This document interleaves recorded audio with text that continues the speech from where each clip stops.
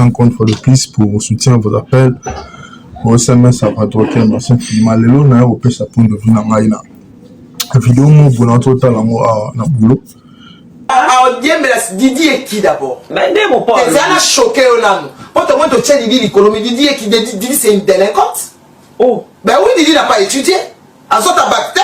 Quand les gens comme ça, Didi sont tous choqués. Si quoi Didi a ça à Nini. Didi a tika la moutaka la liboso à bateau. Didi fallait s'attendre juriste. Didi a tika la sorte à bactère. Attends la poto mais à délinquante. Didi a le balinga le roi moi la Kinshasa. Il est abusé moi na moko ya licencié. Il y a bien tant ça Didi. Didi a pas na il y a quand même na Kinshasa. Didi a pas na maman na poto. Ah mais lobela lia. Oh t'es na lobela lia t'es na lobela lia. Na lobela lia t'es. T'es la moi na classe t'es. Après ça moi classe moi na t'es. Ali on soit mon wapi. Mbongo apesa kabandumba, apesa moi na mbongo classe T. Ya bimi sata Aristote, mino tanga classe T. Baka desi bana biso nete ba prince bazande ba Jonathan. Jonathan na kuta soit ta diplôme. Prince neza ata sala baba autodidacte. Mais à ça la cour, yem na mbongo na yem le patron de tous les musiciens n'a pas fait étudier ses enfants. Faut que ça ya maman. Les enfants ya maman li ate, les enfants ti papa zaki désordre. Maman Lia abofana na bana na mposo mobali aza na procès avocat azo qui peut makama mobali Didi c'est en sorti lelo o so mona Didi ina makambo ebele maman na biso on est équipé biso so taya ko kipe buzomba na yo oyo sala yaki mindele. Ça c'est quoi ça? Ça c'est quel genre de papa? Bon, tout le monde nanu Alia Rocky. On appelle Rocky Abodé. Aristote Minukas. C'est tout le monde a Didi. Minukas tangate. Minukas tangate. Ah, il y a un diplôme. Minukas tangate. Ben j'espère qu'elle attend un bac à pas. T'es à ça la montée. À ta bac minot. À ça la montée. Donc François le un rapport à boire la photo. Photos. Ah ouais? Photo hier. Donc on a encore fait le maman attends ici classe. Moi on est avec Bosso Aristote attangité délinquant. Mino atangité. Mais nous quand même. La bana oyo basa Didi atangi classe ebele te tanga eko moi maman ayeko sutuka. Didi lo ba anglais les images. Ouais. Papier. Donc ndenge ezalaka na boulot na cop na moni vidéo mo na lobela ngo. Vidéo yango eza par rapport ya audio oyo Koffi Olomide asalaki. Premièrement na audio wana je ne suis pas vraiment sûr sur les vraiment Koffi Olomide. Donc na aussi parce que intelligence artificielle est belle vraiment bima ba ko imiter pe voir na yo jour mo na ba nzembo mo ya Fali ba imina Rihanna. Fali na Rihanna donc lesquels nga fort na voix Fali ou voix Rihanna mais ils ont une intelligence artificielle. Donc j'ai vite compris que non il y a beaucoup de moyens bah lelo maramugomo les galamona genre on va peut voir na yo ba cloner ngo ba sali wa sala. Et puis si c'est vrai c'est Koffi Olomide. Donc lui-même il sait pourquoi il a dit ça. Koffi n'a pas nous parmi les missions Congo c'est un intello. C'est un intello à mouton réfléchir ça. Quand il dit ces histoires, il n'a pas mouton n'a pas sa langue dans la poche mais quand avant de dire quelque chose il réfléchit quand même. Il réfléchit mais ce qui m'a fait mal na lobela audio ante na lobela ma vidéo oyo moi sur il y a drogue comme on est sur moi ça me la drogue Manique de John ayi moi si ya di moi si te li kango ya mission na biso auto et biso tout ba bien non chokoro donc ba bien non chokoro parmi bato yo salisa mabogo na bango pona bato na quartier latin. Donc parmi ba chanteur ou ba ivra na quartier latin ou peut sala makambo ou peut batika ba timbre ou peut sala makambo payer bana comme Manique la yi li kango na yi parce que tout le monde le sait yemo kuta lo bango ba ben nunga comme na série mo ba kuta na rapo ba ben nunga mo me la drogue. Donc comme il y a la place ba teka ba drogue pas on va teka drogue masala yo no to ba ben nunga zo opéra drogue on ne ba mo kuta na to la ngani donc talaka ba faire la drogue ningi sala ye no te lelo Manique lelo surtout yebeli et parce que ba botana ba yi star o ya munene na mo na biso. Donc personne tout le monde a nié babia. Si ba faire ndi marababia ba Fali bandi marababia. C'est grâce que non ayi mutumo oyo ayina reconnu ti maninga dembelaka wana ezaka parce que bayi na mwana na kati prince babi donc ndimi te vraiment na bomoto ya babia awa kondima botana na manike parce que basi mo oyo non so otali ye bo sans kuiti olobaki no te eloni neti ndenge donc manike nga ti lelo vraiment donc nzambe alimisa manike nga nazwa koloba mwasi te donc nazwaka eloko eloko donc na critère ya basi na kontako te na critère ya basi na kontako te vraiment donc wana ke Dieu me pardonne na oloba bongo nzambe alimbisa mais na critère ya basi ndenge selon ngai na kontama ndike te namona oloba eloko moko boye ozalaka ni mwasi ni mobali mani kosala video olobela Koffi Olomide oui okolobela no Koffi okotake no Koffi mais eloko nga nalingaka te na telemela yango toujours ya koatake basi ya bamusicien koatake bamama bamusicien koatake bana bamusicien parce que bomabeta ya misiki te tu états le luxe à juste mesure ya olobake non bana Koffi baba délinquant maniki soki maniki de John maniki yo mande eza na moto opesa bato moral vraiment yo mwa moto opesa bato moral olobake no ke non yo lelo olobaka bato ke non te Koffi ana bano baba délinquant yo maniki yo kopesa na Koffi conseil na vie na yo tala nde otambwisa vie na yo yo anti Koffi yango nde bosulaka na Koffi na akobebisa mwana nde tata no abebisa yo Koffi na ta moto alingaka bana na ye te est ce que Koffi na okóma na niveau obebisa mwana na ye ndenge abebisa yo yo nde tata no abebisa yo tata no asakrifia yo abebisa vie na yo mobimba abebisa na vie ya bana na yo ateka vie na yo ateka na vie ya bana na yo wala mwana babia Prince c'est un bon chanteur mwana na bima te point parce que papa na yo ateka pe na vie ya bana na yo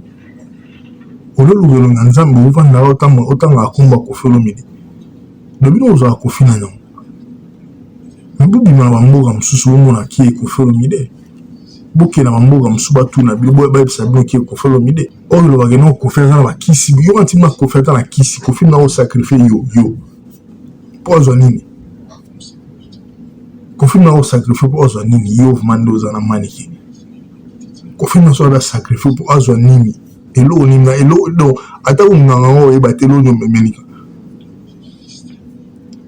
oyeba te eloko omemenika yo misel wa babe azwa okatula soif chance kaka ndenge no zeme ebima mpo soki zeme ebima te tonga toyeba mpe kute obima na babia tonga toyeba mpe kute ozala olotika olobima na babia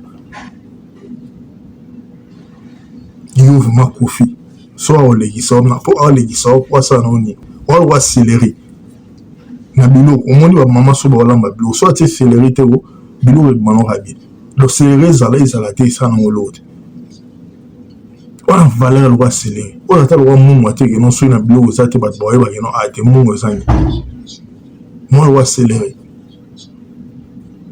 puis tu états le luxe à juste mesure alobake non Koffi na bana badelinquant ata Koffi na bana badelinquant mais badelinquant bana Koffi na bana nao badifférent ma bana no nyonso oyo azosalaka ndeti asalaka ndeti amonana c'est Prince mpo na komba babia bana nyonso botana nango nayebani nango maotaka donc na vie na yo na vie ya bana no ya ndenge moko avenir eza te yo nde moto ozomonake no eopesa conseil na tv moto lokola yo olobela Koffi est ce que na famille na bino bozala na moto lokola Koffi na famille na bino Koffi boyeba ngo ke non Koffi c'est un patrimoine congolais blague à part malgré babuso bane malgré badélire na ye Fally Ipupa Ferregola JB Mpiana wera ensemble Koffi Olomide bato ba patrimoine on panda bato wana moni lelo soki balelo baza te président chef de l'état à l'époque wana asiri wana oyo baoza oyo Koffi bete nani ofere obente Fally ope JB oyo akufa chef d'état oza na temps wana yebaki no akoya mpe matango parce que les gens sont de patrimoine on prend na famille na bino basakrifie oyo olobaka na bandeko na poto wana batikala tabu du kotindela ata mbongo akokatana te on bo manzoto na ko drogue awa brother I'm okay man omi bo minzoto na ba drogue héritier salo grâce à Memo Poto lelo skozo lo bela pour les capé o lo bela mutu wa kofi une légende wa kofi lumini o lo bela banana di distant obiga ala bakte di distant la délinquante mais délinquante di distant le libara no nyoso na di délinquante na di distant di délinquante na a honorer ba no nyoso ale ibano na viko bana ati japon na makolo mais faut quand même vous un kilo faut quand même faut avoir du respect vous ça na batu kwani lelo na batu on peut poser abino ma caméra ba ça c'est une mission mais c'est comme buzoba et comme buzoba mutu wa yo o lo bela fere mutu wa yo ke lo bela ah non o lo mlwa fali o lo bela mutu wa kofi mais ça manque de respect yo quand il ko faire na mongo bongo donc fala bongo sa famille mobima bande ko ne batanga ite muda mutana final na sona ndeko na ngana mbongo soka idenga te lokana ko malwa e nangwa ida mutu ya mukila ko malwa e basta nyoso to yebi nango deja ida mutu na mukila ko malwa e faire ida bandeko ne bana poto mama na poto famille bana poto me ba koma lwa faire te faire na ba ndaku azana ba concession sana bilo ne donc isa yi ko faut aussi azana bilo ko na bandeko ne nyoso bana poto mais quand même ya osa effort na yi mutu osa pe effort na ida o ide yo si goza na poto ba loba ge no watsa mwana na yo na place na yo buya te nga ba watsa mwana te nga fona ge poto mama ndoki na sima pa vanda pe pesa la conseil ba no lo bela kofi une drogueuse le wife au baby si fino mana drogue o va tu pesa la conseil ah man ki mita la pe o zamna mi wa po mitali o vandi pe o mitali maniki kwa moi si do so moi si to pe mobilité nous aura lo mo wa lo mais ba te forme nani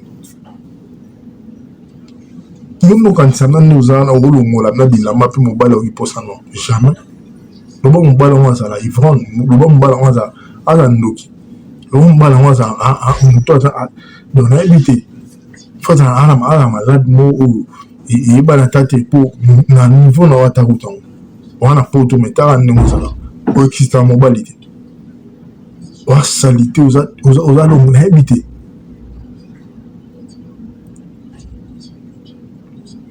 via bana no yumutu est-ce que yumutu oza gara yumutu ozana monopole via bana yumutu simi via bana no mabo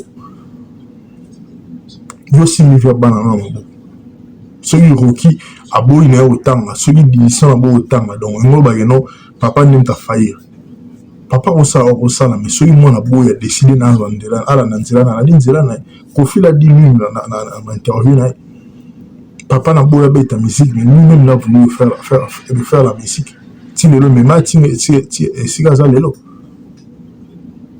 et même si gaza lelo mais ce que nous composons moi abouina bana kofi baba délinquant mais baleki vina yo baleki na famille na bino baleki donc na habité so na mutu na famille na bino au comparer na moi na moi délinquant ya kofi lo bidazate faut donner un respect quand même Kofi Olomide a patrimoine Kofi Olomide lelo ba mission na biso on attend ba ko ba mission sur ya biso ya bango ba famille na bango te ba ma mission ya pays ba mo mission pays faut un respect ya ba mamsusu parce que na be kolo mususu balinga bango ezambe nka ba te kolo na bango te ezambe kolo mususu balinga bango faut quand même avoir du respect vous qui parlez na te bateau bayara pour nous critiquer ba vie bana bateau bana ba mission beta musique te bana ba base ba mission beta musique te ba moment mission beta musique te faut avoir quand même le respect quand même faut avoir quand même un respect le quoi un minimum un respect yo bat ba ba tena ma yo bosso bota prince sérieux vraiment ba ba ti représenter na bateau te na ba bia master ve na ngai vena ngai bisanga bigeno si tu auras que non babi a botin to nimate parce que muta tika babi a tika no mona donc babi bana obona uzana babi na e babi ana ba etana ya drogue ngana ve na ngana obeta lisolo Hydro-Québec le seul go là-bas Hydro-Québec le seul qui me reste vers na outil Canada et to que na chetemba place to kuta babi o senga mbongo na chetemba via c'est a te fona benga quoi drapeau zongo Hydro-Québec témoin. Tokota chete mave ayi à l'est. Ayi babi master na ngai. Maintenant ne babi ko no senga mongo. Na chete ngai Hydro-Québec. Tokenda chete mba tokota babi o senga mongo na chete mba. Siru wana. Tant que bima qui non te o qui na vela na kamo abi non moi surtout yeba été mais tellement so tali ga prince obi no ate oza solo que non bon mo ya babia na nenga systématique ni biso mbali sala pour vrai Joe ya tout a vrai ya baraka mo bon systématique et ça na ora tom fumer à disposer bon OK non mo bon wana systématique yo ne na bon ba tsa ora mo ni to beta wana nenga sardi mutu to kati mutu il va nous jouer et pour malchance que non ba betom so ena va continuer à se protéger été en one point ça pour le monde et non tu te tailles le luxe il y a les canapés au démarrer légende le roi Kofi Olomide il faut avoir des kilos maman il faut avoir des kilos faut rassonner au cocu pour arriver au col ça bas non moi là on prend ça colis à poste à moi là bas bien mais au arriver à ta pour éduquer bas non on dit que bah un news à tout là bah kuita bombe attaque pour faire ça là le logo mais quand même Kofi a-t-il ba la position Kofi a-t-il ba ne bien ba ne ba mikili poto reva poto quand ça va poto na wa paradis poto wa fin du monde reva poto bana Kofi bana poto moi Kofi monta na kine bana tout bana poto ba galère ba esengo ba pasi ba non ba se retrouver le lo Kofi so azate ba que non héritage pe kabona na bana onyo sto yebi yo ba mino atangate yo ma comparer na mino ata kana omona maniki ata una omona ba comparer na mino Miss Univers maniki ata una omona est-ce que ba comparer na mino pe muto aloba français tangate wana ça se voit et au Canada bato muso aloba français que non moi elo aloba ne français matangate mais mino ko comparer na mino maniki ba na mino ba pe yo maniki use le logo use moi cité ba contrôle moi cité maman là ba maman on va dire maniki va dire ça parce que akimo abemke na bana Kofi on va quoi attaquer Kofi mais on compte attaquer la famille là on dit l'eau nous traverser mano bandeli mono bakanga ga yiba téléphone bakanga mono yiba téléphone wa bête à mort on va no bata faire ne ba triquer au Kofi nous a triquer ko faire le triquer mona na OK ni wapi yo mama ku tu zate le côté au moins so la objet na na wa Kofi so objet na wa Kofi mo za netina wa gonza au moins be suis pied mo bateau ba mo be suis pied ba tsara na porte na ya entrer on va attendre je suis so je suis tombe sur ta bourrette so bourrette c'est bien été mêlé à maçon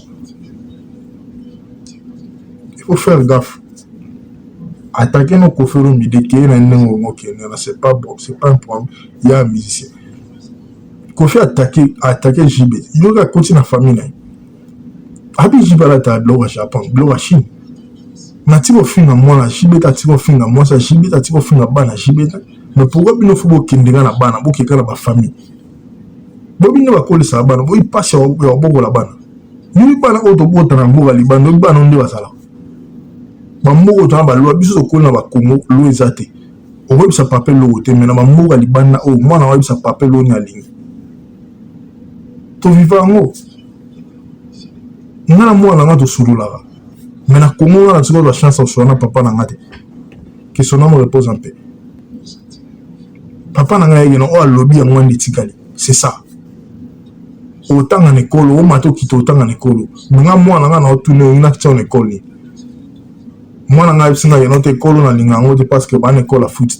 École, on a une autre parce que une piscine. Faut qu'on s'en école. Faut qu'on s'en école. Et il peut beaucoup de côté. Mais si on a Congo, autant à bon. Si on a un coup, on a un mot à bon. Il y a un team, la mentalité no ba drogué wala ba nino wansi geno kotisa okolisela mwana na niveau wana te geno ndenge to andoko ndanga ko eza mo différence eza mo nuance moko que ce soit la dernière fois ya sous na mamba ya final ko finno limite so ndo on ko s'attaquer na bana na wa ngo da vie privée na nga lo wana na ngote na ndo ozungisa na ozungisa donc dans ce pardon à maman nous sommes offensés na maman na le bel mandi gala moi c'est la maman j'aime beaucoup de maman la respecte la maman mais maniga qui moi trop d'habiter sur la carence à drogue na mi qui les aussi maté ba boumé zaté na mi qui les on mo petit mutu à cause c'est la droit qu'on fait le midi c'est une légende à mutu il faut quand même tout respecter patrimoine en bois la biso sinon mambo msuba osale ba statut sinon mambo msuba opese ba honneur wana faut quand même biso tout ba pendeni on va valoriser ba star na biso donc on peut ça merci na ba tout balanda donc on peut ça. Bonjour, salut à tout le monde. Voilà, nous sommes là pour votre service Gédéon Electrical. Oh là là là là là là. Vous êtes en Afrique du Sud, Cape Town, Johannesburg, Durbanville, Pretoria. En tout cas, contactez-nous. Le service sera bien fait. You are in Cape Town. We welcome to help you with your work, electrical problem. Our service are electrical, construction, domestic, commercial, industrial. Voilà. Tozali wana pona ko servir bino. En tout cas, Gédéon électricité eye pona ko salela mboka. Awana Afrique du Sud. Mosala na biso ezali to misala na biso ezali kosala électricité, kosala construction, kosala misala ya ndaku, oza na posa ba installer yo DSTV, oza na posa ba salela yo misala nyonso ya ndaku olingi, oza na posa ya industriel, tozali wana pona ko servir bino. Le numéro est là. Contactez-nous sur 061 061 encore 99 et puis 51. Gédéon Electrical, le service pour le peuple. One call, just one call, we will be there to serve you guys. Notre service est tellement bon que vous n'allez même pas y croire. Le Gmail, c'est gédéon-electrical@gmail.com. C'est ça notre email adresse. Si vous voulez nous contacter par email, si vous voulez avoir beaucoup plus d'informations, n'importe quel genre de travail que vous voulez que Gédéon Electrical Service puisse faire pour vous, contactez-nous sur 061 061 99 et 51. Merci beaucoup et nous vous souhaitons de bienvenue. Nous sommes là pour votre service. Que Dieu vous bénisse abondamment. Voilà, c'était là, moi votre humble servante, Mama B52, la mignonne officielle. Et à la fin, vous allez voir M. Gédéon qui est là. Voilà, il est là. Hello, bonjour, bonsoir, ça dépend de l'air oyoyo au moni vidéo oyo. Vraiment, shalom, shalom, shalom dans nos familles, dans nos maisons là, hein? Shalom. Mon nom c'est Pacifique. J'aime bien qu'on m'appelle Maman Pacifique. Je Je ne suis pas là pour ça. Je suis là pour... Demander mes mingaya. Trienen.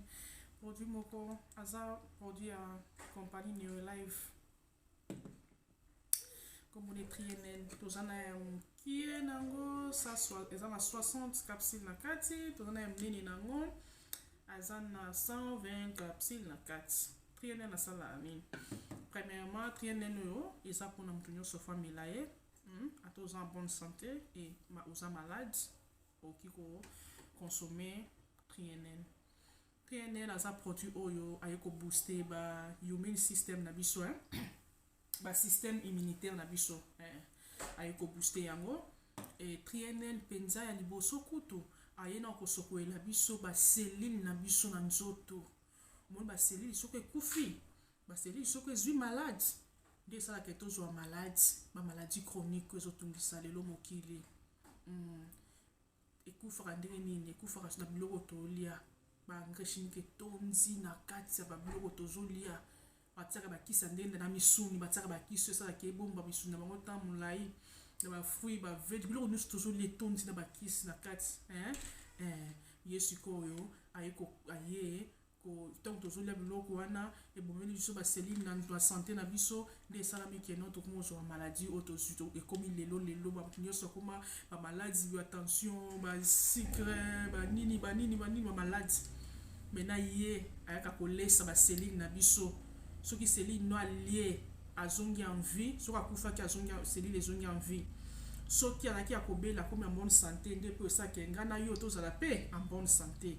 Alors le quoi tu lia qu'à chaque jour il faut peut-être me la cahier ayeko ça la musala dans le basikoyo et à part ça ayepe à part ça à sokola rapé makila à sokola biso makila tant on mêler makila na biso sokwami ba cellule na biso comme bonne santé comme maintenant cellule a comme maintenant la capacité il y a quoi sauver ba nutrition. Ma nutrition il faut ngana yo to tsaka chaque jour l'autre comme on lia ka pour ma bomo etonda to ki ba souté biloko ni eza bien nutri to to ki ba ngo souté mais na ye ayeko bakisa so ba nutrition to zanga na nzoto ya o to zanga ngo chaque jour ayepe abakisi elio donc trienen ndenga zabwe to ozobela te ozobela maladie nyoso santo sanango ça to c'est la trienen ça vena bien pour la santé mutu nyoso. Donc ça on a pour na problème mieux sur santé zo déranger ça même notanga ba kombo et ça la ke na bosa la bisusu o za la kuna obino yango za pour na maladie na ngate na melate et ça pour na problème mieux to na bi nyoso alors soko bengi biso na numéro nanga so ko sali sur WhatsApp 078 dans la Cape Town Afrique du Sud au bengi na 078 948 648 D pour rejoindre na WhatsApp pour sender un message de voice expliquer la maladie nous zango na comme ça pour sonner le temps moi comment quoi na bosana comme ça na ko ebisayo pour utiliser oyo et osunga yo et osunga vraiment zo aider ba témoignage ça epelé sur looking na WhatsApp na otinde ko na quelques témoignages to ça na ba vidéo to ça na ba voice na otinde la yo moko mibale omona keno ezosala vraiment na invité osala vidéo ya molai yango na vraiment ça bien pour la santé yo osala ba fatigue chronique milelanga ye a booster énergie muto amela trienen na muto azala bandi na âge à 12 ans mata on amela trienen ya bana exact osala ba produit belé ba traitement ya maladie nyonso to lobela ka na vidéo mususu oyaka to lobela ka pelo to lobaka trienen na lobela ka na mukuse vraiment yeyo so lingo yeba vraiment deep ya trienen luka biso na numéro na pesio to lobela yo na expliquer yo trienen ou bien na otinde lo ku na expliquer yo trienen ou bien na otinde lo ku tu photo na ye na explication ni nyonso tu peux comprendre en anglais na tindelo ya anglais so français na tindelo ya français toza muto a besoin na toza na poto toza soko partout za na Congo wapi to tinda o muto za na AVC na za na témoignage ya muto AVC lukanga na opesa yo melela nga trienen yo oza problème nyos to na bi problème nyos santé melela nga ye toza na traitement ba AVC ba diabète bani ezali nango sikoyo na compagnie ba sibiso boy mutu soko aye avant to bande traitement PCK opoza bat ba melaka o babiki olo dépenser na traitement milai to za nango pe kuna memelika aye pe okomi bien aussi solution santé comme stable. Donc c'est un peu ça dans mon coup c'est ngana bisabino to utiliser yo liaka chaque jour ngana to liaka chaque jour to melaye yeyo priene dala ngaba nazo bela te mela kango mo yezo afunga meza ya ngai dala mela die na tongo o moko ya pokwa na ngai yeyo ngabe ka to tafuno ngai abela te mais c'est la canine c'est que nazo bela te tu nyo somela abon attendez sali soki ozingai soko moni ke no ngolu zabiso pe facilement ataka na chaîne yo talela biso yo soko luki biso zabiso facilement a produit triéto un produit Neolife Neolife c'est soit produit naturel ma produit ça produit naturel eza bio maman ma produit ça t'aimer belé nous quand après maladie nyonso au problème terre et votre babo taraté au problème libido pour toi papa au problème nyonso maladie nyonso asthme maladie nyonso diabète mutana sida ata mutana sida ici la te me comme ça mutambo na bien santé kitoko na miso bato suki kitoko mamuso kitoko toza na kisa bongo o bon lexi ye soko melepe ba maman balingana bango chokote maman balingana chokote le quoi maman pacifique soko zo melaye a comme ça te na o kitoko le quoi ba bébé a ba bouteille ezala te azo si sa ba bouton a comme ça te kitoko on nzoto santé e kanga meilleur asumunene to zo lio zo mela nous on peut bien mais santé nzoto a comme ça santé ngebu azo bongi sapé qui sotaka dans katine so comme kitoko si bota libanda fo bimati pesa makambu to yenel solution luka biso partout la numéro na pesi bino to na chaîne nota et la biso to so ta biso na TikTok na YouTube partout parce au monde les chekuta na oyo